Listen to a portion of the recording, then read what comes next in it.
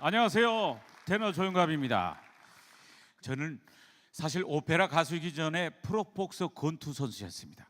한국 랭킹 7위에다가 한국 챔피언 전초전을 했습니다. 10년 넘게 권투를 했는데 10년 넘게 하던 권투 글러브를 집어던지고 나도 한번 인생을 도전해보자. 그래서 글러브를 집어던지고 28살에 이태리로 도전을 하게 됩니다. 오페라에 도전을 했는데 제가 10년을 넘게 하던 권투를 왜 그만둔 줄 아십니까? 자꾸 링에 올라갔더니 얻어맞더라고요. 그래서 이유가 뭘까 생각해 봤는데 치명적인 단점이 있었어요. 분명히 저는 피한다고 피했는데 자꾸 얻어맞더라고요. 그래서 이유가 뭘까 생각해 봤는데 치명적인 단점이 있었어요. 머리 크고 목 짧고 키 작고. 이 단점이 영원할 줄 알았어요. 저를 자세히 보시면 좀 특이하게 생겼죠. 머리가 크고 목이 없어요. 보통 사람 머리, 목, 어깨로 가는데 목이라는 단계가 없습니다. 이렇게 두꺼워가지고 이게 지금 110짜리 와이셔츠인데 간신히 장군도 하더라도 잠궈지질 않아요. 장군도 하더라도 제가 고음을 한번 하고 소리를 내면 단추가 팍 터져버려요. 참 이 운명적인 단점인 줄 알았는데 신기하게도요, 권투할 때는 단점이었는데 제가 오페라계로 가니까 단점이 장점으로 바뀌기 시작합니다. 오페라계 무대는 워낙 크잖아요. 그러다 보니까 머리 큰 게 그렇게 유리할 수가 없어요. 같이 합창을 써도 혼자 조명을 다 받고 키가 작은 게 굉장히 유리합니다. 오페라의 꽃 하면 테너죠. 테너는요 아무나 하는 게 아니고 남자들의 로망이에요. 모두가 다 테너를 하고 싶어 합니다. 그런데 왜 아무나 할 수 없느냐? 고음이 잘 나야 돼요. 고음이 잘 나려면 신기하게도 키가 작아야 됩니다. 농담이 아니고 고음을 내는 악기 자세히 보십시오. 바이올린 작죠? 저음을 내는 악기 첼로 크죠? 트럼펫 작죠. 트럼본 같은 저음을 내는 악기들은 다 크고 고음 내는 악기들은 작습니다. 그래서 여러분, 제가 이렇게 키가 작다고 저를 무시하시면 안 돼요. 이렇게 작아도 저는 오페라계에서는 명품 몸매입니다. 뜨거운 박수 부탁드리겠습니다. 고맙습니다. 여러분 자부심을 가지세요. 나는 나다. 머리가 커도 키가 작아도. 노래 한 곡 해드리기 전에 제가 딱 1분만 자랑을 할게요. 조수미가 나오는 학교 로마 산타 체칠리아를 28살 가자마자 1년 만에 들어갔고 2년 후에는 국제 콩쿠르 28번을 우승했어요. 콩쿠르에도 질이 있습니다. 동네 콩쿠르이 아니고 유네스코의 둥콩쿠르. 더 피부에답게 말씀드리면 군대 면제되는 콩쿠르 이태리에 딱 2개밖에 없는데 그 콩쿠르를 제가 우승을 했습니다. 또 박수가 안 나오네요. 박수가 안 나와요. 고맙습니다. 그리고 제가 오페라 주인공을 300회를 했어요. 저는 주인공만 했어요. 왜냐? 주인공밖에 할 수 없는 그런 운명을 타고 나서죠. 머리가 크고 몸통이 두꺼운 사람들이 목소리가 굵어요. 여러분, 그러다 보니까 저 역을 하고 싶어도 할 수가 없었어요. 여러분 상상해 보세요. 부하가 너무 목소리가 굵고 장군님 적들이 쳐들어옵니다. 그런데 대장은 알았다 얘들아 나가서 쳐라 해보세요. 주인공이 확 죽잖아요. 그래서 제가 주인공만 300회를 냈습니다. 이태리에서 제가 10년 가까이 있었으니까 이태리 말 잘하죠. 독일에서 5년 동안 솔리스트로 활동을 했어요. 그러니까 극장에서 활동했으니까 독일 말 잘하죠. 프랑스 말 조금 하고 영어 조금하고 한국말에다 경상도 말, 전라도 말, 북한 말 따지니까 한 8개국어 되는데 여러분 절대 저를 대단하게 보지 마십시오. 사실 저는 공부를 되게 못했어요. 책상에 10분도 못 앉아 있었습니다. 공부학은 담을 쌓고 그랬던 제가 아버지가 저를 굉장히 싫어했어요. 그래서 맨날 저를 지어박으면서 너는 왜 태어났니 이놈아 맨날 이랬지만 이런 놈도요 생각 하나 바꾸니까 나도 할 수 있다. 제가 하고 싶은 걸 하고 나도 한번 해보자 생각을 바꿨더니 불가능이 가능해지대요. 많은 사람들이 스스로 한계선을 갖는데 나는 여기까지야. 나는 나이가 많아서 나는 이런 일에는 내 성격하고는 안 맞아. 스스로의 한계선을 갖는데요. 아닙니다. 그 한계선을 없애버리시고 나도 할 수 있다. 이 생각 하나 바꾸면 불가능이 가능해집니다. 제가 500페이지가 넘어가는 그 오페라들, 이 머리 나쁜 놈도 애우다 보고 열심히 하다 보니까 다 불가능이 가능해지대요. 얼마든지 가능합니다. 그래서 제가 오 솔레미오를 준비했습니다. 이 오 솔레미오는 뭐냐? 가사가 참 멋있어서 제가 가져왔는데 가사 중에 이런 가사가 있습니다. 폭풍 후 지난 후 너더욱 찬란해. 우리의 인생이 힘들고 어렵지만 비바람만 불겠습니까? 사업이 힘들고 오를 때도 있습니다. 그렇지만 힘들 때만 있겠습니까? 얼마든지 태양 뜰 날은 있다 이겁니다. 그래서 인내하고 견디면 반드시 이루어지고 찬란하게 빛날 여러분들의 미래를 위해서 제가 오 솔레미오 들려드리겠습니다.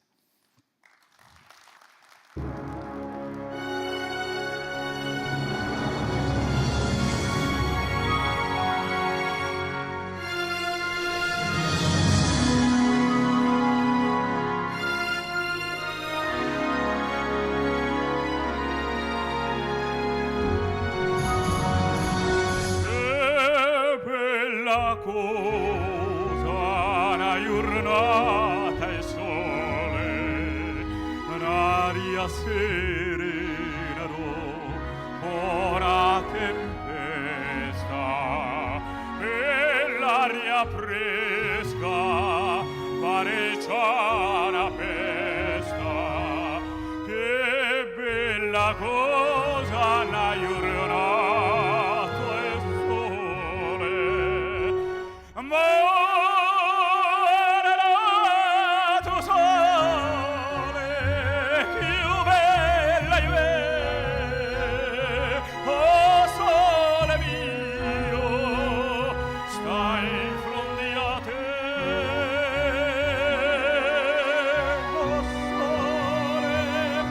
oh sole mio, stai in fronte a te, stai in fronte a te.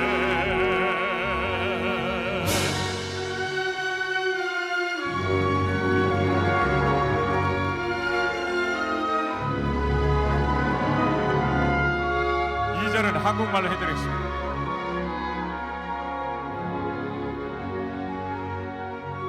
오 맑은 태양 너 참 아름답다 폭풍우 지난 후 너 더욱 찬란해 시원한 바람 솔솔 불어올 때 하늘의 맑은 햇빛 비친다 아마라라 두 손에 기우벨라이베 오 sole mio stai in fronte a te oh sole mio stai in fronte a te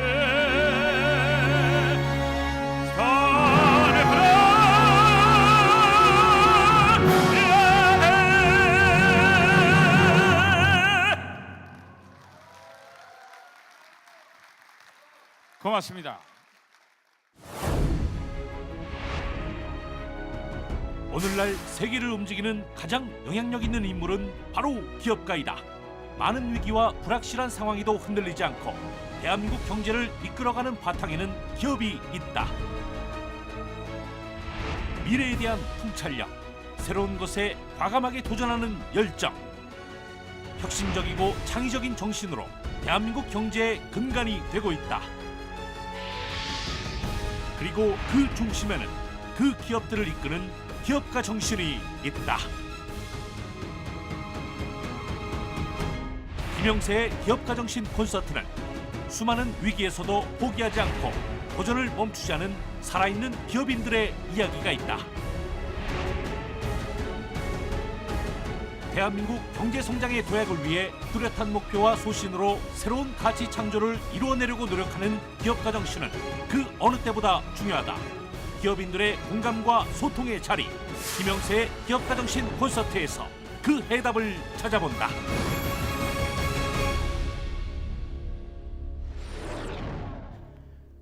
여러분 안녕하십니까? 김영세입니다. 반갑습니다. 이제 오늘 시즌 2의 5번째 방송 오늘 시작이 됩니다. 저는 요즘에 문득 다시 첫 번째 질문으로 돌아가서 엔트레프레너십, 기업가 정신의 가장 핵심이 무엇인가를 많이 또 공부를 하게 됩니다. 생각을 하게 됩니다. 좀 더 솔직히 말씀드리면 특히 녹화를 며칠 앞두고는 조금 더 고민을 많이 합니다. 최근에 어떠한 또 생각이 떠올랐습니다. 우리들이 왜 창업을 하는가? 우리들이 왜 기업을 만드는가? 과연 어떤 사람들이 그런 꿈과 그런 도전과 그런 용기를 가지고 있을 것인가? 이런 것들을 많이 이제 생각을 해보는데요. 제가 아주 심플한 사실을 하나 발견했는데 사람들 중에는 뭐를 만들고 싶어하고 나누고 싶어하는 사람들이 있어요. 그래서 기업을 만들고 기업가로서 성공하는 사람들의 그 내면을 들여다보면 돈을 많이 벌고 싶다, 또는 영웅이 되고 싶다, 또는 높은 자리에 가고 싶다라는 꿈보다는 아마도 뭔가를 없었던 것을 만들고 싶다는 그 욕망, 근데 거기서는 30%밖에 안 됩니다. 나머지 70%는 나누고 싶은 마음이 있다라는 거죠. 왜냐하면 아무리 부지런해도 누구한테 주고 싶은 욕망이 떠오르지 않으면 주저앉기 쉽습니다. 아무리 뭐 하고 싶은 일이 있어도 대부분 하다 말죠. 왜냐? 너무 어렵거든요. 회사를 하나 만든다는 게 여러분 얼마나 힘듭니까? 아이디어는 있는데 이거를 세상에 만들어 내려면 얼마나 많은 시련을 겪어야 합니까? 얼마나 많은 돈이 필요합니까? 얼마나 많은 주위 사람들을 설득해야 합니까? 혼자서 안 되는 일 아닙니까? 그런데 그 30%만 가지고 안 되는 것을 만들어내는 그 70%의 힘은 나눔에서 나오는 것 같습니다. 어떤 사람들은 자기가 혼자 대충 뭔가 원하는 걸 가지고 만족하는 사람들이 있는가 하면, 어떤 사람들은 그것으로는 만족 못하는 또 다른 스타일의 사람들이 있습니다. 남들한테 나누고 싶은 마음이 자기도 모르게 우러나는 거죠.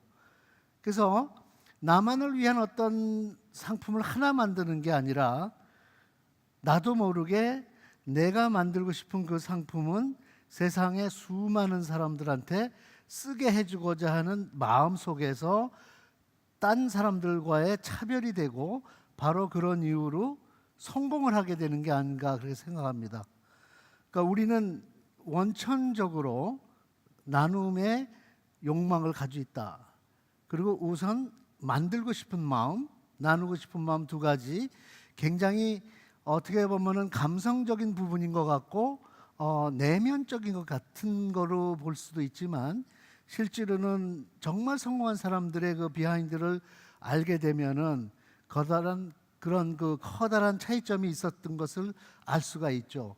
그래서 오늘 또 두 분의 강연을 통해서는 과연 그 두 분의 체험과 그들의 마음 속에는 어떤 동기부여가 있었는지, 이런 면을 여러분들께서 중요하게 생각하시면서 말씀들을 들어주시기를 바라겠습니다. 그럼 우선 오늘 강연 첫 번째 순서로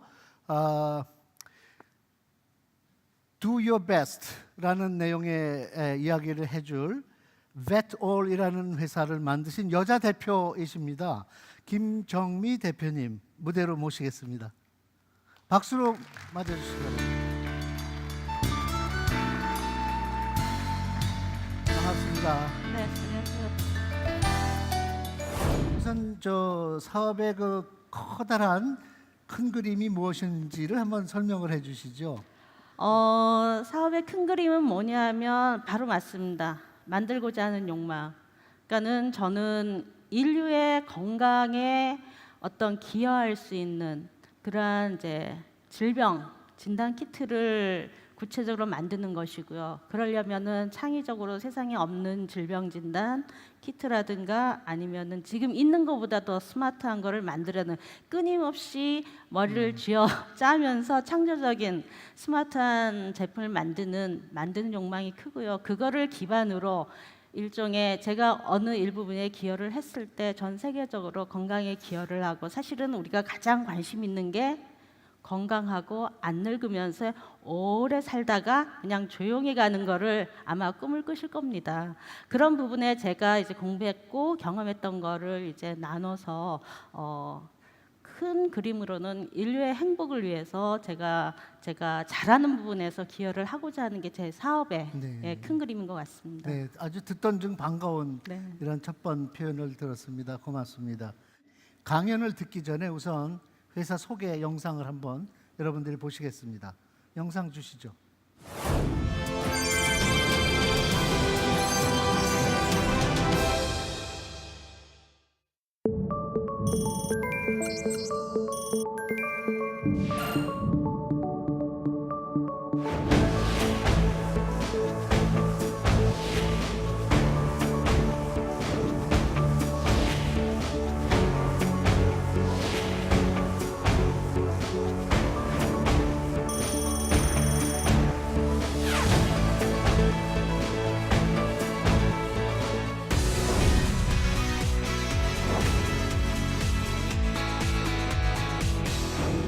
배트홀의 김정미 대표는 세계 최초로 자궁경부암 진단칩을 유전자 진단칩으로 개발해 식약청 허가를 받은 여성 과학자이다. 오랜 시간 다양한 의학 제품을 개발하고 산업화시키는 과정에서 그녀가 신념을 다해 열중했던 이유는 단 한 가지. 누구나 아프지 않고 건강하게 오래 살기 바라는 마음이었다.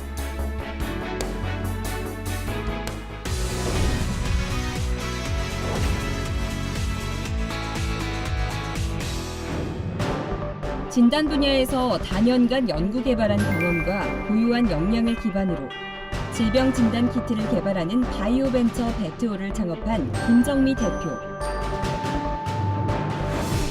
배트홀은 수의사가 진료 현장에서 반려동물의 질병을 즉시 검사할 수 있는 신속 진단 키트를 개발, 제조, 수출하는 회사이다. 시장에서 요구하는 차별성 있는 신제품을 개발하고 엄격한 생산과 품질 보증 시스템을 통해 최고 품질의 제품을 공급한 결과 지식경제부 선정, 세계 랭킹 5위에 진입 가능한 제품임을 인정받아 차세대 세계 인류 상품으로 선정되는 등 세계에서 더 인정받는 글로벌 기업으로 거듭나고 있다.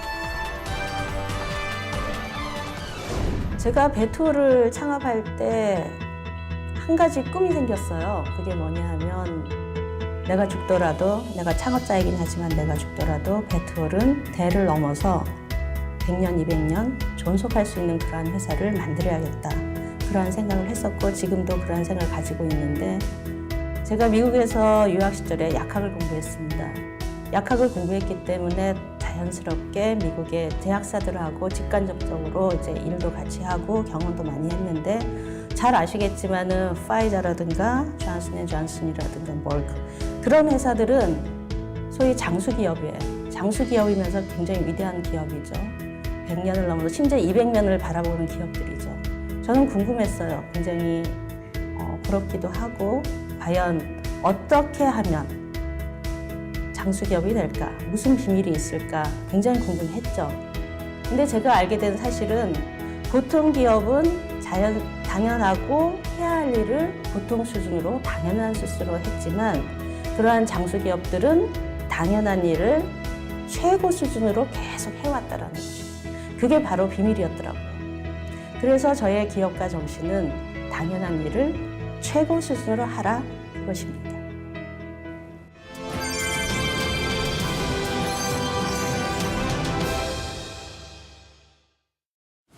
혹시 분명히 있을 거라고 생각하는데 여기에 대표님들 중에 반려동물하고 사시는 분 혹시 손 좀 들어주시겠어요? 반려동물, 개, 고양, 뭐 야생동물도 상관없습니다. 네, 고객님 감사합니다.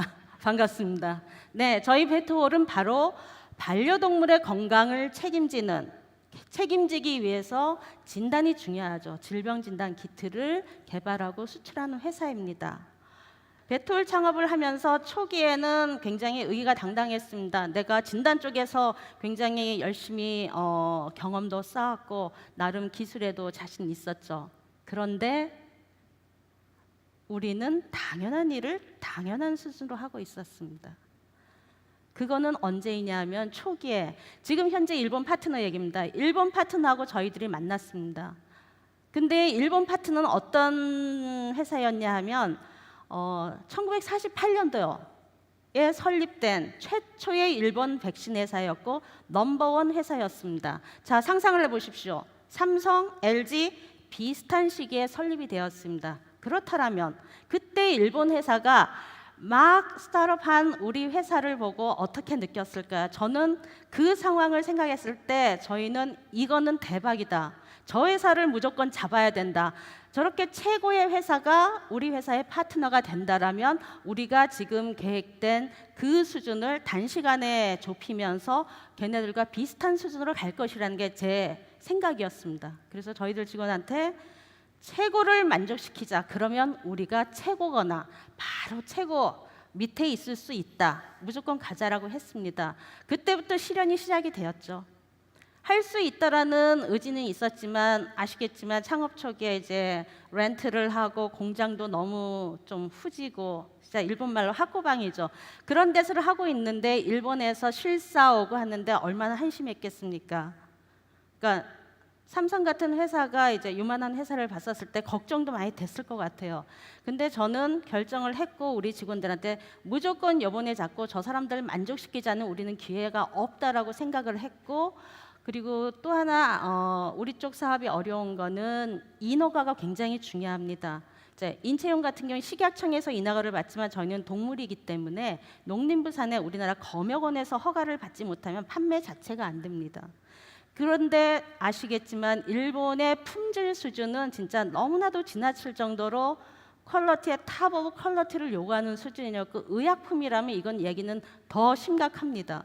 그래서 허가를 하기 위해서 허가서를 줬었을 때 걔네들이 이거 달라 저거 달라 진짜 직원들이 힘들었습니다. 실험도 다시 해야 되고 임상 데이터 다시 해야 되고 하여간 그런 고생을 끝에 저희가 드디어 허가를 받았고 첫 제품을 런칭을 하게 되었습니다. 그렇게 런칭하고 물건이 잘 판매가 되고 있었습니다. 근데 반려동물 키우신 분 중에 잘 아시겠지만 심장사상충이라고 들어보셨을 겁니다. 이제 저희 진단에서 심장사상충은 가장 테스트 수가 전 세계에 가장 큰 마켓 쉐어를 갖고 있는 진단 제품이기 때문에 굉장히 중요합니다. 주도권을 잡기 위해서 심장사상충을 갖고 있지 않다라면 그거는 얘기가 달라지는 거죠. 근데 얼마 정도 팔고 나서 일본에서 다시 저희한테 몇 가지 요구사항이 있다. 뭔데요? 지금 니네 성능 괜찮다. 근데 몇 가지만 더 개선을 해달라. 근데 저는 아니 이렇게 좋은 제품을 더 이상 뭐 개선을 할 게 있을까요? 진단 제품이 양성 음성 잘 맞춰주면 되지. 근데 일본은 일본이었습니다. 내가 너희네들이 우리가 요구하는 성능 부분에, 그러니까 성능 자체라기보다는 어떤 유저 프렌들리한 측면에서 어떤 좀 더 보기가 쉽게 뭐 시그널을 강하게 한다지 이런 것들이 있었는데 제 입장에서는 성능 자체보다는 옆에 이제 미셀레니어스한 그 주변 얘기였는데 그거를 자기네 수준처럼만 해준다라면 자기네가 시장 점유율을 약속을 하겠다. 미국 제품 제치고 하겠다라고 그렇게 하더라고요. 그래서 저는 생각을 했습니다. 그렇다. 쟤네들이 예고하는 수준으로 하면 이거는 세상에 1등 제품이 될 수밖에 없는 거다. 그래서 제가 직원들 보고 글로벌 넘버원 프로젝트를 합시다. 요번에 우리 이거 성공하면 심장사상충은 전 세계에서 완벽한 제품이 될 수밖에 없다라고 강조를 하였고 해냈습니다. 그래서 지금은 심장사상충은 일본에서 저희 제품이 시장 점유율 65%의 넘버원 마켓 쉐어를 갖고 있습니다. 감사합니다. 네, 본론으로 들어가서 제가 제 기업가 정신은 당연한 일을 당연한 수준으로 하는 게 아니라 최고 수준으로 하라는 일입니다. 아까 인트로덕트에서 말씀드렸지만 그래서 배톨 방식에 대해서 말씀을 드리겠습니다. 저희 제품은 신속 진단 키트입니다. 무조건 신속해야 래피드 해야 됩니다. 하지만 질병 진단에 오진이 있을 수는 없습니다. 그래서 정확해야 됩니다. 신속 정확이 우리 제품의 핵심 키입니다. 그러다 보니 우리 회사에서 일하는 방식 자체가 신속 정확의 DNA가 전반적으로 깔려 있습니다. Follow within 24 hours. 우리는 글로벌 비즈니스를 하고 전 세계 물건이 나갑니다. 우리 고객은 전 세계에 퍼져 있습니다. 결국 우리의 고객들은 잠을 자지 않는 거예요. 미국이 자면 여기 아시아가 깨 있고 이런 식으로 봤을 때 저희 고객은 잠을 자지 않습니다. 그럴 때 저희 고객들이 어떤 인콰이리나 질문이 왔었을 때 우리 회사의 슬로건은 24시간 안에 피드백을 해라. 그래야지만이 우리 고객이 배톨이 나의 파트너로서 항상 내 옆에 있고 나의 뭐라고 하는 이 얘기를 귀담아 듣고 진정한 파트너로서 영원히 갈 수 있음을 느끼게 해줘라입니다. 그래서 우리 회사는 무조건 어려운 답인 경우에는 당장 득답이 안 될 때는 그게 너무 어려운 질문이니 우리가 이틀 후에 답을 주겠다라는 회신을 반드시 24시간 안에 합니다. 이게 철저한 룰로 우리 회사는 진행이 되고 있습니다. 그 다음에 저 최선을 다했는데요. 죄송합니다. 어떡하죠? 라고 우리는 보통 하면 할 수 없지 뭐 최선을 다했대는데 라고 얘기를 하죠. 근데 저희 회사에서는 No, I do my best. 최선을 다했다고 말하지 마. 네가 못할 거면 우리가 있잖니.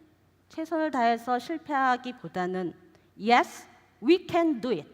그래, 우리 함께 하자. 이 정신으로 가자라는 게 저희 회사. 그러니까 어쩌면 저 회사 너무 빡빡하지 않나? 그럴 수도 있지만 회사는 회사이기 때문에 완벽하게 우리 고객들과의 약속을 위해서 모든 일을 철저하게 타임 내에 완벽하게 완수를 해야지만이 된다는 것입니다.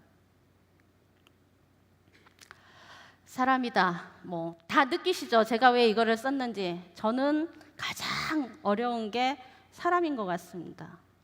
아마 대표님도 똑같은 고민을 하시고 어떻게 하면 우리 회사의 직원들, 우리의 사람들을 좋은 사람을 만들고 우리 회사 함께 성장할 수 있는 고민을 하실 겁니다. 저도 마찬가지입니다.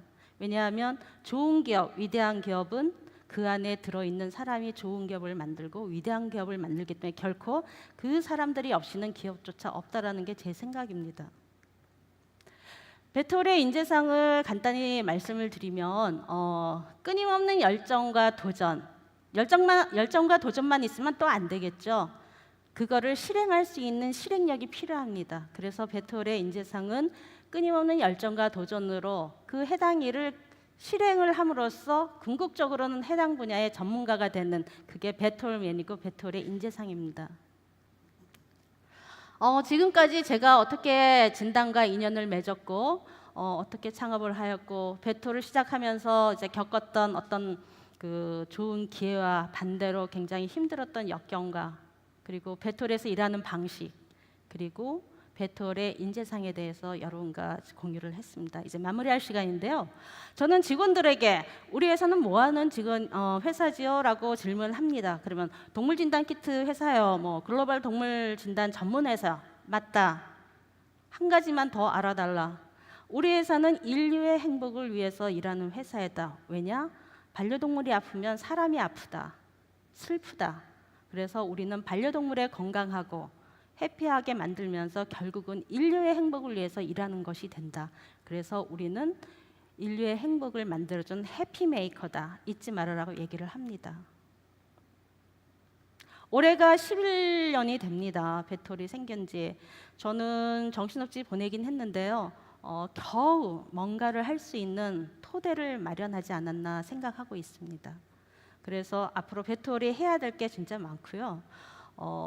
그 일을 오늘도 마찬가지고 내일도 마찬가지고 우리 베톨맨들하고 당연한 일을 당연한 수준에서 아니라 당연한 일을 최고의 수준으로 하면서 베톨을 만들어 나갈 것입니다.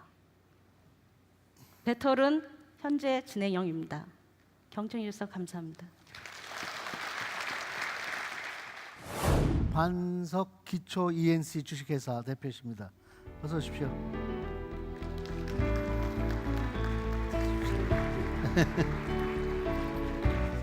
저는 이제 지난번 미팅에서 제가 들었습니다만은 원래 건축공학을 전공하셨다고 들었습니다. 네.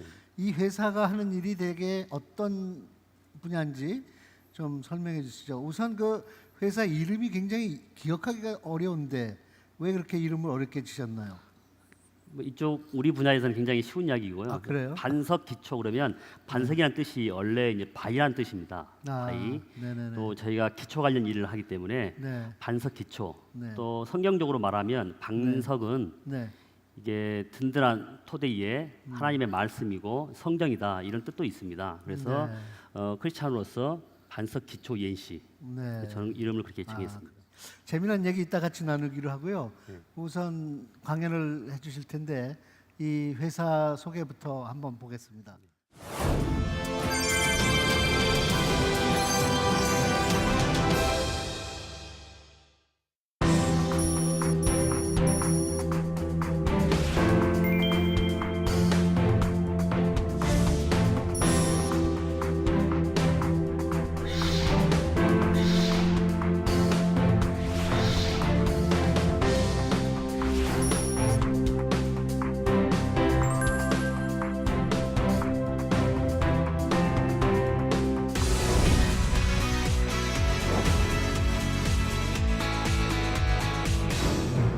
고객을 기쁘게, 세상을 이롭게라는 비전으로 집안, 기초, 보강공사를 전문으로 하는 반석기초 ENC를 창업한 문형록 대표.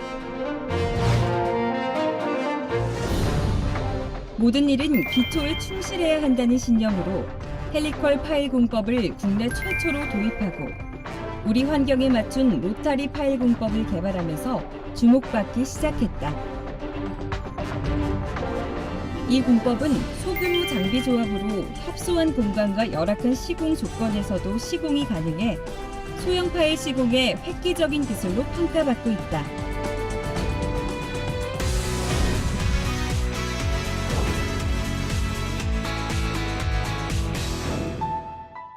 기본에 충실하면서도 차별화된 기술 개발을 통해 기업 경쟁력을 인정받고 있는 문형록 대표는 회사와 함께 임직원들도 함께 성장하길 바라는 마음으로 가치, 인재, 지식 중심의 독서 경영을 진행 중이다. 무일푼으로 시작해 연매출 200억 원대의 탄탄한 기업으로 성장하기까지 자신의 신념과 사업 스토리를 엮어내며 나와 우리가 함께 살아가는 것에 대한 중요성을 이야기하고 있다. 원가 절감의 묘미는 기초공법 선정에 있다고 말하는 문형록 대표는 근본이 되는 기초공사, 그 기본에 충실하며 연세대 산학협력단 기술 이전, 그리고 대우건설, 삼성물산과의 기술 제휴를 통해 신기술 신공법 개발에 여전히 매진 중이다. 제가 강조하는 기업가 정신은 직원과 회사가 함께 성장하는 것입니다. 회사는 직원 성장을 위해 교육에 많은 투자를 하고 있습니다. 직원 성장을 통해 회사는 창의적인 아이디어와 회사가 추구하는 나눔의 가치에 대해 이해함으로써 회사의 성장을 이루어 갈 수 있습니다. 저는 인위적인 숫자만의 성장보다는 신뢰 경영, 나눔 경영을 통한 바른 성장을 표방하고 있습니다.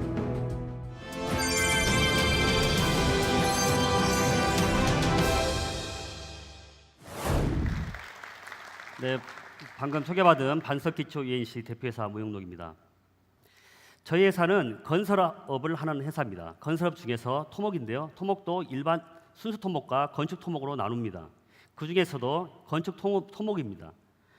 건물을 지을 때 보면 지하를 터파기 공사하거나 흙막이 공사, 그리고 집안이 약하면 말뚝을 받거나 그 기초를 보강하는 그런 일을 하는 회사입니다.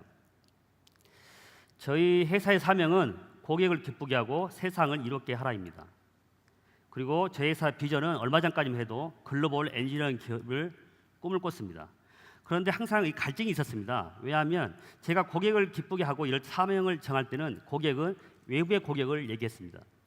그런데 어느 시간이 지나면서 우리의 내부 고객, 우리 직원은 어디 있을까 이러하는 딜레마에 좀 빠졌는데 저희가 작년 5월달에 같이 공부하는 경영자 모임에서 홍콩 이랜드를 방문하는 계기가 있었습니다. 그때 여러 경영자분하고 얘기를 나누는 기회가 있었는데요. 어느 사업가 한 분께서 자기의 고객은 세 부류가 있다고 이야기를 했습니다. 나의 사장의 고객은 직원이고 직원의 고객은 나고 우리의 공동의 고객은 외부의 고객이다. 이런 말 듣고 제가 그런 깨우침이 있었습니다. 그리고 또 제가 우리 내부의 고객인 우리 직원들을 바라볼 수 있는 계기가 됐고 한국을 돌아와서 글로벌 엔지니어링 회사라는 우리 비전은 어쩌면 액자에 걸린 사장만을 위한 어떤 비전이 아닌가, 사장만의 꿈이 아닌가라는 생각을 하게 됩니다. 그래서 저희가 워크숍을 가가지고 다시 비전을 재정립을 했습니다. 그게 직원이 행복하는 회사, 성장하는 회사, 가치를 남기는 회사입니다. 특별히 저희가 어느 날 회의 시간에 직원들한테 질문했습니다. 왜 우리 회사에 근무를 하냐라고 질문하니까 조용하더라고요. 5초, 10초 가는데 그 기간이 상당한 시간입니다. 조용하는데 어느 한 직원이 마지못해 먹고 살라고요. 그런 대답을 했습니다. 그래서 제가 그랬습니다. 먹고 사는 건 기본이고 지금 대한민국 상황에서 한국 상황에서 먹고 살라고만 회사를 다닌다 그러면 밖에 나가서 노가다를 해도 다 먹고 산다. 제 아들이 둘 있는데요. 작은 아들은 학원 다니느라고 여기 왔고 큰 아들은 세종시 저희 현장 가서 지금 아르바이트를 하고 있습니다. 지금 일명 노가다를 하고 있는데요. 일당 11만 원 받습니다. 11만 원 정도 받으면 뭘 해도 한국에서 다 먹고 산다. 근데 미안하지만 단지 우리가 먹고 살려고만 회사를 다닌다 그러면 당신과 나는 얼마나 이게 서글프냐 우리가. 그 이상의 가치는 없느냐라고 되물었고 그런 가치를 남기는 회사를 우리가 만들어 가자라고 주문했습니다. 저희 회사의 핵심 가치는 신뢰 관계, 나눔 실천, 바른 성장 세 가지의 핵심 가치가 있습니다. 특별히 신뢰 관계는 발주처와의 관계가 있고 또 저하고의 협력업체와의 관계, 또 나눔 또 실천이라는 그런 핵심 가치 있고요. 이걸 떠받치는 게 바른 성장이라고 표현을 하고 있습니다. 특별히 바른 성장은 숫자에 매몰되지 않는 자연스러운 성장입니다. 여기 계신 사장님들도 마찬가지로 연초에 또 연말에 목표를 세우고 그 목표를 위해서 열심히 돌진하실 겁니다. 또 저 같은 돌격형들은 특별히 더 심합니다. 어른분들이 그러더라고요. 저보고 어느 사장님께서 저를 처음 보시는 분이에요. 처음 보는데 이분께서 그러는 거예요. 문 대표님 목표를 세우지 마십시오 그러더라고요. 왜 그러십니까? 그랬더니 문 대표 같은 성격들은 목표를 세우면 그 숫자에 민감해서 오히려 편법이라든지 하지 말아야 할 일들을 할 수가 있다. 그래서 그런 숫자에 매몰되지 말라는 말씀했습니다. 제가 말하는 성장은 우리 아까 소중하다고 말하는 핵심 가치를 지켜나가면서 성장하는 그런 자연스러운 성장을 얘기하고 있습니다. 저는 성장이라는 말을 굉장히 많이 하고 있습니다. 직원과 회사는 함께 성장을 해야 한다고 또 이야기를 하고 있습니다. 저희 회사는 직원 성장을 위해서 독서 경영을 한 달에 2번 운영하고 있습니다. 6개월쯤 이렇게 하고 있는데 회의 시간에 한 직원이 용기를 내서 저한테 질문했습니다. 사장님, 우리는 건설회사고 여건상 어려운 부분도 많기 때문에 한 달에 2권은 너무 어렵습니다. 한 달에 한 권만 했으면 좋겠습니다. 이런 말을 저한테 했습니다. 소위 우리말로는 목을 내놓고 자기가 하는 말이 있습니다. 근데 제가 이런 말을 했습니다. 재미사업가 김성호 씨가 쓴 생각의 비밀이라는 책이 있는데 이 책 속에 사장의 명예라는 부분이 세 개가 나온다. 그 중에 하나가 월급을 제때 주는 것, 또 개개인이 성장하는 것, 고용을 창출하는 것, 그 사회에 기여하는 것을 말합니다. 그래서 저는 감사하게도 저희가 7월달이 만 11년입니다. 11년 동안 월급을 한 번도 안 밀려봤습니다. 저희라고 이렇게 어떤 고비가 없었겠습니까? 하지만 캐시플로우를 쭉 체크를 하면서 항상 가용활동을 준비하고 가용활동이 부족하면 적금을 털어서라도 또 대출을 받아서라도 월급을 제때 지급했습니다. 항상 감사할 일이고요. 개개인이 성장하는 것, 이것은 나는 여러분이 성장하는 게 나에 대한 사장의 명예다 하기 때문에 여러분들이 성장해야 한다고 했고요. 저희 회사는 또 저부터가 건축 전공자로서 토목 일을 하고 있기 때문에 사실 전문 지식이 여러분들은 비슷하다고 생각할지 모르겠지만 분명히 다른 부분이 있습니다. 저부터도 많이 몰랐기 때문에 끊임없이 학습을 했고요. 미국 전문지 2권, 또 일본 전문지 2권, 그리고 또 미국 협회에 가입해서 계속 공부하고 그런 활동들을 하고 있습니다. 또 저희는 회사 초기부터 계속 또 해외 박람회를 계속 많이 다니고 가능한 한 직원들을 많이 데려가려고 노력을 하고 있습니다. 작년에는 이쪽 사진은 상하이 갔던 사진이고요. 밑에는 올 3월 달에 저희 가장 막내인 직원을 집어서 라스베가스와 캐나다 캘거리 녹해 산맥을 돌고 왔던 사진입니다. 그리고 우리는 독서와 여행을 굉장히 많이 강조를 하고 있습니다. 또 박람회를 가서도 박람회를 한 2박 3일 정도 보고 또 나머지 3박 4일 정도는 또 주변에 여행을 하고 있습니다. 왜 제가 여행과 독서를 같은 동급으로 치냐면 여행과 독서는 사고를 확장하고 의식 수준을 올려주기 때문에 그렇습니다. 특별히 저희 회사는 5년 근무하면 제가 200만 원을 지급합니다. 그래서 동남아 여행을 가는 것을 권장을 하고 있고요. 또 8년을 근무하면 저희가 600만 원을 줘서 유럽이라든지 미주 쪽으로 여행을 가게 하고요. 또 10년이면 또 600만 원 주고 또 가게 합니다. 근데 그건 현찰로 주지 않고요. 반드시 여행을 가야지만 저희가 지급하는 돈입니다. 왜냐하면 가서 다양한 문화를 보고 다양한 나라들을 경험해야지만 창의적인 사고가 나온다고 보기 때문에 계속 권장하고 있습니다. 또 관련 해외 기업들을 또 여러 곳 탐방을 하고요. 또 세미나도 참석을 많이 하고 있습니다. 개인도 성장해야 되지만 회사도 성장을 해야 되는데 저는 달란트 비유를 들어서 설명을 하겠습니다. 마태복음 25장에 보면 달란트 비유가 있습니다. 여기에 보면 주인이 그 종들한테 재능에 맞게끔 3명 형에게 각각 5달란트, 2달란트, 1달란트를 주고 타국으로 떠났습니다. 떠나고 한참 지난 다음에 돌아왔는데 5달란트 받은 자는 잽싸게 장사를 해서 또 5달란트를 남겨서 10달란트를 만들었습니다. 그리고 2달란트 받은 사람도 또 장사를 해서 2달란트 남겼습니다. 그래서 주인이 착하고 충성된 종아, 내가 너한테 더 많은 일을 맡기겠다 이렇게 했습니다. 그런데 1달란트 받은 자는 이걸 땅속에 묻어서 주인이 돌아왔을 때 그 1달란트만 돌려줬습니다. 그럴 때 자기는 좋은 소리 들을 줄 알았는데 주인이 악하고 게으른 종아, 네가 가지고 있는 1달란트마저 뺏어서 이미 10달란트를 갖고 있는 사람한테 줘라 라고, 그리고 밖으로 쫓아내라 그랬습니다. 저는 이 부분이 성경을 보면서도 많이 이해가 안 갔습니다. 1달란트를 받아서 1달란트를 줬는데 손해가 아닌데 왜 악하고 게으르다고 했을까? 여기에 바로 달란트가 있습니다. 달란트. 하나님께서는 우리한테 달란트를 줬습니다. 각자에게 다 사명을 줬습니다. 이 세상에 태어나는 목적이 있습니다. 그게 달란트고 사명인데 특별히 사업하는 사람은 사업이라는 달란트를 받았기 때문에 이걸 성장을 시켜서 키워낸다고 저는 봅니다. 이게 물론 물질의 확장도 있지만 의식의 성장도 이야기를 하고 있습니다.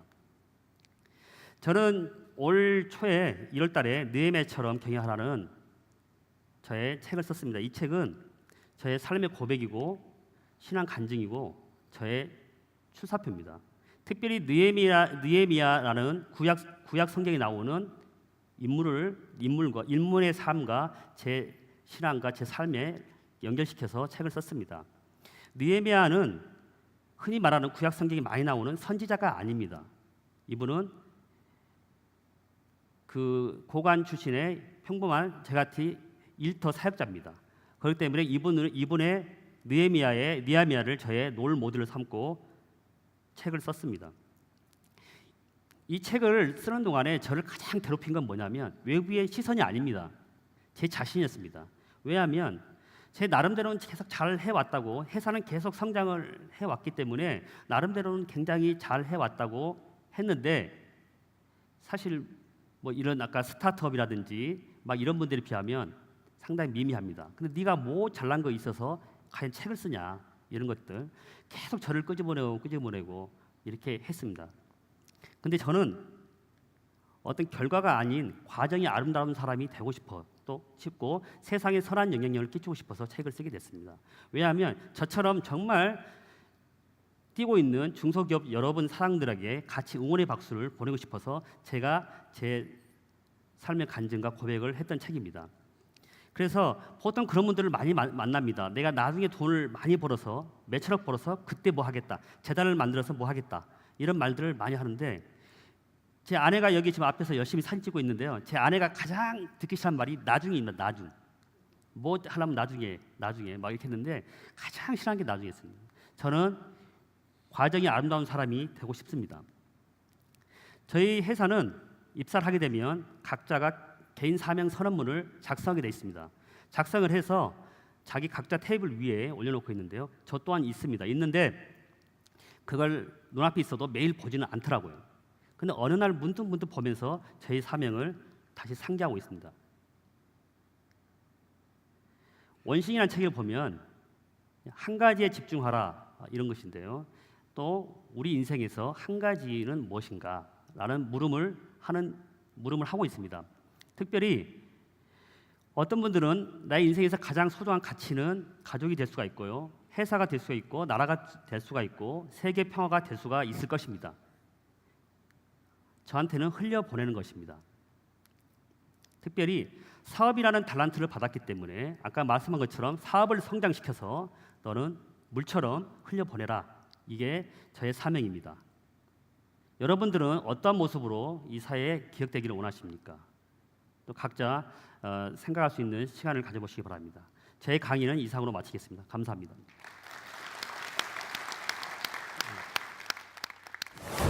사실 기업가라고 우리가 이렇게 어렸을 때부터 상상을 하면은 굉장히 욕심쟁이 같이 보이는 사람들도 있고 센 사람들도 있고 뭔가 막 휘두르는 사람들도 있고 남의 것을 뺏어가는 사람들도 있고 이런 사람들을 우리 어렸을 때 기업가구나, 사장이구나, 회사 회장이구나, 대표구나 많은 그런 좀 이런 상상을 하게 되는데 오늘 같은 이 두 분을 만나면서 제가 들으면서 특히 우리 문형욱 대표님의 마음씨 착한 모습을 보면서 저도 감동받았습니다. 그리고 우리 김정미 대표님도 마찬가지로 저는 교회를 다녀야 될 것 같아요.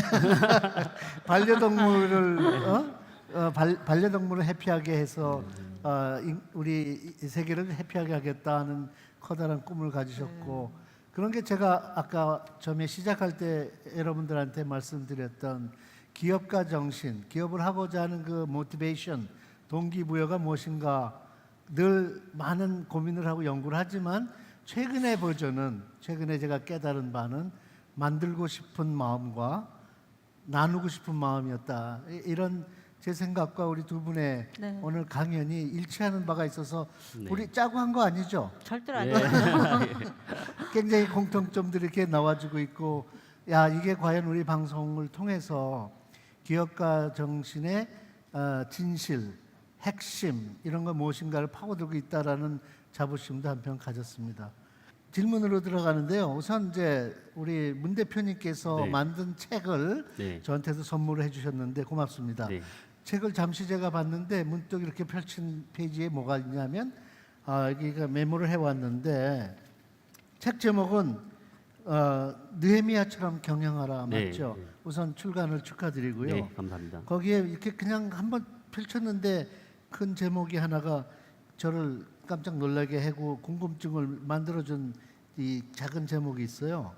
하느님의 영업 방법. 예. 이게 뭐죠? 네. 우리가 보면 인간의 영역이 있고 신의 영역이 있다는 것입니다. 네. 신의 영역이라는 것은 우리가 정말 이해할 수 없는 네. 그런 것들을 여러분도 많이 경험하는 부분이 있을 네. 것입니다. 저희가 그 책에 나온 내용이 이렇습니다. 제가 미국에 오랫동안 있다가 한 20일 정도 있다가 왔는데 또 바로 캄보디아 선교 여행을 가자고 네. 제가 속해 있는 단체에서 제안을 했습니다. 네. 그걸 거절을 해야 되는데 거절을 못하는 순간이 왔는데 끝내 거절을 못하고 따라갔는데 네. 뭐 하나님 뜻이 있겠지라고 갔습니다. 갔는데 거기에서 보면 저희는 직업병이 있습니다. 네. 땅을 보기 때문에 네. 바람이 날리기 때문에 요걸 가지고 네. 고화제라는 약품이 있습니다. 네. 땅에 깔면 딱딱이 질 건데라고 하니까 거기 있는 선교사가 저를 후원하는 분 중에 이거 하신 분이 있다고. 그래서 한국에 와서 그분을 만났는데 네. 그분을 인해서 다른 아이템이 저랑 네. 연결이 돼가지고 올해 소위 대박을 치고 있습니다. 네. 그걸로 보면서 제가 또 성경의 인물인데요. 요나처럼 네. 도망가려고 했다가 마지못해 네. 따라갔는데 네. 제가 예기치 못하는 그런 영업이 네. 큰 영업이 그래서 그런 걸 표현하면서 하나님의 영업. 그래서 저는 항상 느끼는 것들이 우리 인간의 영역이 있고 네. 신의 영역이 있고 네. 우리 인간의 노력과 네. 하나님의 도우심이 만나는 지점에서 네. 우리의 역사가 일어나고 기적이 일어난다는 네. 그런 확신을 가지고 있습니다. 네. 우리 저 김정미 대표께서는 반려동물에 특별히 애정이 있습니까? 사업과 본인의 라이프스타일과 어떤 계기가 있었는지요?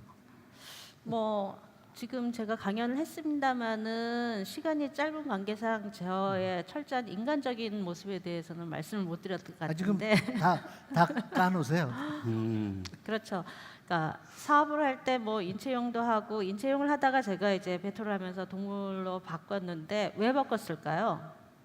사실은 제가 글로벌 비즈니스 마인드가 뭐냐면 건강이나 헬스라는 차원은 이제 전 인류가 공통이기 때문에 한국 건강, 미국 건강 이런 거 없습니다. 사람은 똑같기 때문에. 그래서 제 마인드 자체가 그런 건데 내가 계속 하던 인체 쪽 일을 하게 되면 저의 상대는 다국적 기업인 존슨앤존슨이라든가 파이저라든가 그런 회사죠. 저는 그 회사하고 싸우면 100이면 100 무조건 KO패죠. 새로운 분야를 찾아 들어가신 거죠. 그렇죠. 그래서 제가 잘할 수 있는 거는 기술이고 그다음에 이제 저희 회사 파트너 전무 같은 경우는 해외 영업이 장기였기 때문에 벤처나 이런 회사는 기술이 확실하고 잘만 팔 수 있다면 그건 승산이 있습니다. 그런데 인체가 아니라 틈새 시장에 미래 성장 가능성이 맞는 동물로 가야 된다는 게 저 판단이었고 그거는 적중했던 것 같습니다. 탁월한 그게 판단이. 10년 전의 판단이었으니까요. 네. 그래서 철저하게 그래서 내가 성공할 수 있는 거는 111개국이나 네. 지금 수출하고 계시는 작지만 비즈니스 모델 자체가 글로벌인 네. 미래지향적인 기업을 하고 계십니다. 두 분 다. 근데 오늘은 이렇게 두 분을 모시고 훈훈하게 대화할 수 있는 게 우리의 오늘 키워드가 나오는 것 같아요. 문화 같아요, 문화. 기업의 경쟁력에 솔루션 중에 키워드 하나를 제가 꼽는다면 오늘의 대화에서 발견한 것은 컬처다, 문화. 조금 더 자세히 말하면 corporate culture, 기업 문화. 네, 네. 기업 속에서 네. 직원들 또는 임원들, 구성원들을 위하는 마음으로 경영을 하시는 모습. 그리고 이제 직원들의 값어치를 올리는 게 우리 회사의 값어치가 올라가는 것이다. 네. 이런 것들도 굉장히 상식적인 거고 심플한 건데도 모르는 경우들이 많고 저희도 많이 좀 공부가 됐습니다. 오늘 이렇게 두 분 모시고 이 두 분들의 기업의 특색이 있는 모습을 많이 재미난 얘기를 들었습니다. 오늘 이렇게 두 분 나와주셔서 감사합니다. 아유, 네, 감사합니다. 감사합니다. 자, 박수로 보내드리겠습니다. 오늘 좋은 말씀 예, 감사합니다. 감사합니다. 오늘 좋은 말씀 감사합니다.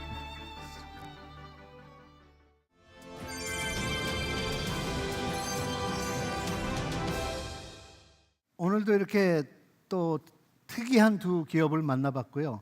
그 두 기업의 창업자 분들을 만나봤고 두 기업 모두 창업한 지 11년 됐고 지금도 굉장히 성장하고 있는 궤도에 올라간 좋은 중소기업이라고 생각합니다. 제가 깨달았던 것은 기업의 크기와 상관없이 기업의 리더가 어떤 마음을 가지고 있는가에서 이 두 기업은 정말 우리가 투자자 입장에서도 투자할 만한 가치가 있는 것 같다라는 생각이 들었습니다. 그 미래 가치라는 것은 결국은 그 기업을 만들어낸 그 핵심 DNA가 만들어내는 거 아니겠습니까? 그래서 그 파운더의 역할이라는 것이 현재 CEO의 역할이라는 것이 굉장히 중요하다는 것을 저는 미국에서 실리콘밸리에 있는 그런 정말 대단한 회사들을 보면서도 굉장히 감탄을 하고 우리나라에는 왜 저런 기업인들이 아직 부족한가를 굉장히 안쓰럽게 생각을 해왔습니다. 오늘 만난 두 분들은 이 앞으로의 미래에 굉장히 밝은 새로운 기업가의 모습을 보여줄 수 있지 않을까 하는 이런 희망도 할 수 있게 됐기 때문에 특별히 의미가 있었다고 생각하고요. 아까 같은 자리에서 두 분과 대화에서도 이야기했지만은 이제 기업의 경쟁력은 기업 내부의 문화에서부터 만들어진다. 즉 그 직원들, 임원들, 사람 중심의 경영이지만 그것을 좀 더 디테일하게 생각을 해보면은 기업도 문화를 창조해야 된다. 그냥 막연하게 우리 기업도 저 기업처럼 어떤 비슷한 경영을 한다가 아니라 우리 기업만의 독창적인 컬러, 캐릭터 이것을 만들어내는 게 리더의 역할이겠다 하는 생각이 듭니다. CEO들이 사실은 그쪽까지는 신경을 못 쓰는 부분들이 많죠. 너무 현업에 바쁘고 밀리다 보니까 그 HR이라고 얘기하는 휴먼 리소스 분야에서는 많은 부분이 전문가들한테 맡기게 되고 탑에 있는 최고 경영인들은 살짝 놓칠 수도 있지 않을까. 근데 거기에서 철저한 문제가 있다라고 저는 봅니다. 어떤 회사든지 간에 30명짜리 회사든 3만 명짜리 회사든 간에 그 회사의 승부처는 그 중심에 있는 파운더 또는 CEO, 그 대표자의 역할인데요. 대표자의 역할 중에서도 많이 이렇게 화두에 오르지 않는 부분이 컬처죠. 기업 문화가 과연 얼마나 많은 우리 리더로서 CEO들로서 최고 경영인들로서 노력을 하고 있는가, 이런 부분을 굉장히 짚어봐야 됩니다. 왜냐하면 어떠한 회사의 컬러는 그 회사의 리더가 만들어냅니다. 어떻게 보면 그걸 디자인한다고 볼 수 있죠. 회사를 디자인해야 된다. 회사를 디자인하는 디자이너는 바로 최고 경영인이다. 지금 아까 예를 들어서 어떤 한 회사는 독서 경영이라든지 여행이라든지 이런 프로그램 만들어서 가고 있지만, 우리 여기 오신 여러분들의 기업을 각각 또 놓고 보면은 그 특별한 어떤 방식이 있을 것 같다. 그래서 기업의 규모와 상관없이, 기업의 분야와 상관없이 여러분들은 우리 기업, 나의 기업의 컬러를 무슨 색깔로 만들 것인가, 나의 기업의 모습을 어떤 형태로 만들 것인가. 물론 이제 매출과 수익률과 이런 것도 중요하지만 회사에 딱 들어섰을 때 이 분위기는 어떤 것인가, 우리 직원들과 나와의 거리는 얼만큼 가까운 것인가, 직원들끼리는 얼만큼 교류가 되고 있는가, 이러한 건 내부적 커뮤니케이션에서 사실 밖에서 승부 이전에 이미 승부가 다 만들어 버려질 수도 있는 것이죠. 그래서 저는 오늘 화두를 기업은 기업의 문화가 승부를 좌우한다, 이런 말씀을 남기고 싶습니다. 오늘도 이렇게 많이 찾아주신 여러분들, 그리고 시청해 주시는 우리 방청객분들한테 감사드리고요. 우리 기업가정신 콘서트는 또 2달 후에 다시 여러분들을 찾아뵙겠습니다. 감사합니다.